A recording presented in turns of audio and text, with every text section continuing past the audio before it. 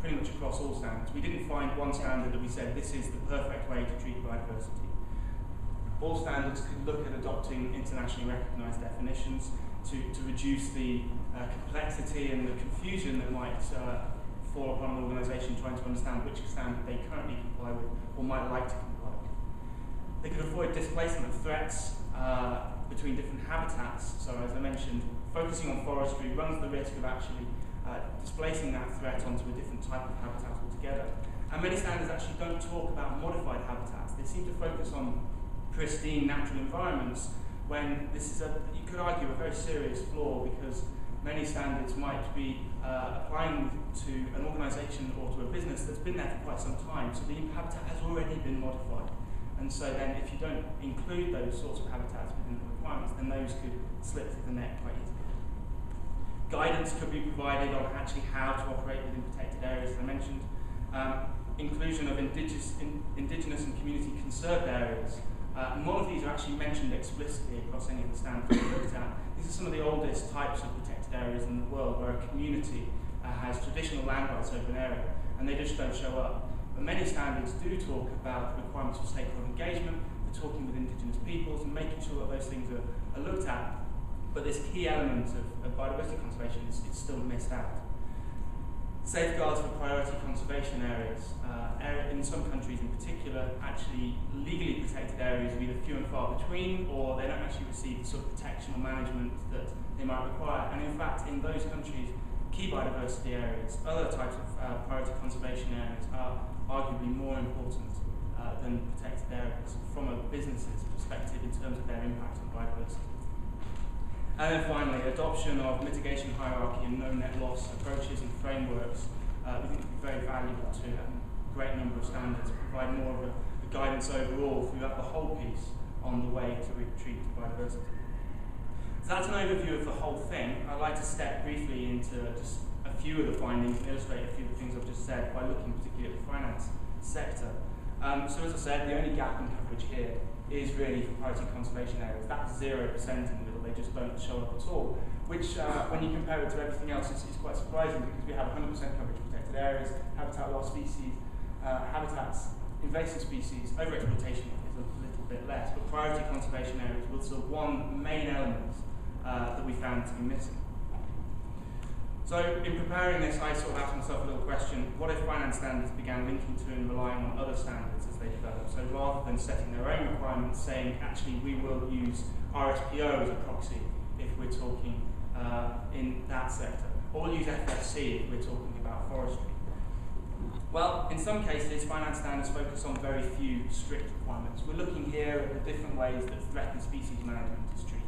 What's across the bottom isn't particularly important. What's important is you'll see that it is included in 30 standards overall from the bottom left-hand side. Green is where we're looking at for finance, and you'll see they talk about 3 quite strict issues. If they were to devolve responsibility to other standards, they might not actually see those strict issues being represented across other sectors, and they might actually find there's some gaps coming up in their standards. Conversely, there are other areas, so we're looking at protected area management, and you'll see again, finance, they show up in a lot of different measurements, different measures are included, different requirements are included, but actually these are really focusing on the minutiae. These aren't particularly in-depth, particularly stringent requirements. Here, they might find an equivalent coverage if they were to look at some of the agriculture standards, for example. You'll see quite good coverage of dark blue across the bottom there.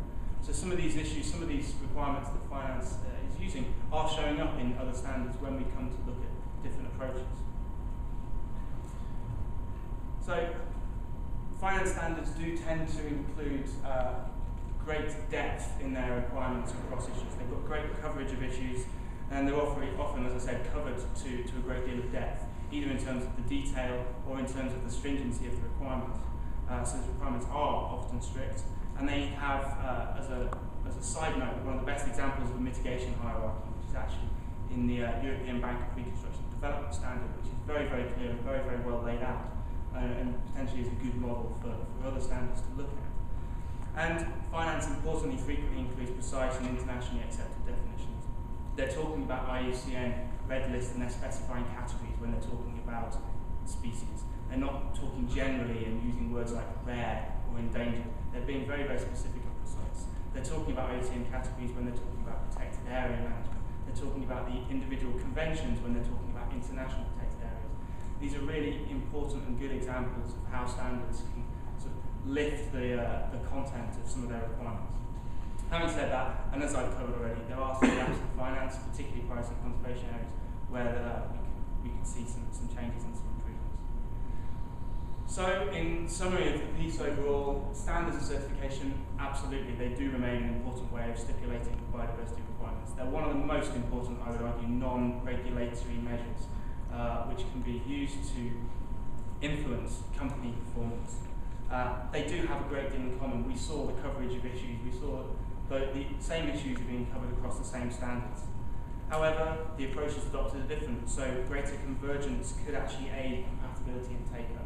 Understanding that if you comply with FSC, that you're halfway there to getting the funding you need from IDB would be a really useful thing for companies to be able to actually get into on the detail. And I would just close by saying I would argue that development of standards can be expected to follow a common trajectory.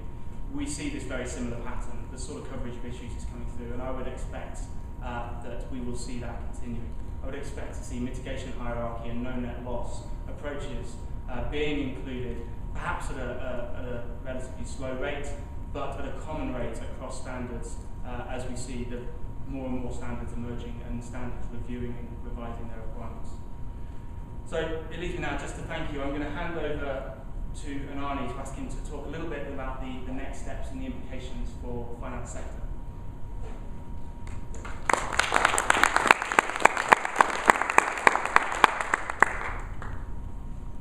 Thanks, Matt. As you can see, there's a number of lessons and take-home homework for us, at least for me. We have already zoomed in some of Matt's recommendations. As you correctly point out, some of our, at least in the IDB point of view, the language of our safeguard policy, which is not standard, is quite descriptive, very precise. But as you see from some of the slides, there are some gaps that we should really cover. Business wants clarity.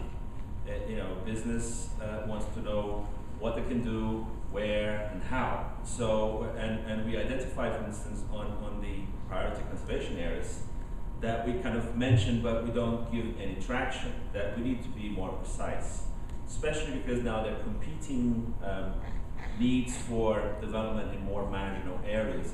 We have the Nagoya targets and greenfield projects that we pressed into previously unexplored areas. We need a little bit more guidance. How are we going to incorporate all of those ongoing conservation planning efforts into the interpretation of safeguard policies, so that is as business conducive as possible. In some of the other areas, we're already kind of put pen to paper, and we've produced a technical note on the invasive species, which our policy kind of mentioned, but had no real applicability, and we increasingly being approached by businesses for biofuel development and agribusinesses. We needed to have a little bit more guidance on the invasive species. And in terms of future gaps, we, as one of the slides also mentioned, we need to be more proactive in terms of how do we go about ensuring sustainable development, and through the resource management approach, where we don't have language or guidance. We already began to incorporate lessons from the various standards that are out there, especially the sort of more recent one, RSPO, Roundtable on Sustainable Soybeans, etc. Because we feel that even though we don't have a specific provision for those constitute best industry practice, and we should use them kind of to benchmark the analysis and the diligence of our own projects. And I'd like to sort of go back to another kind of hole that we have that we need to address, as you've seen from Violet's presentation, the issue of ecosystem services is really sort of already being incorporated by, I've seen, the new, yet to be released formal new performance standard. Our own safeguard policies mention ecological functions, ecosystem functions, but we don't actually put value to it. And quick research on the ISI web base shows that this is a growing trend. We need to actually be more to incorporate more the analysis of the provisioning and the other services that biodiversity brings to the table, especially from a business risk management as well as opportunity engagement. So with that, I think we can pass over to Mark. And he's also going to talk about some of the other stuff that we're doing to try and sort of bring business on board. Thanks.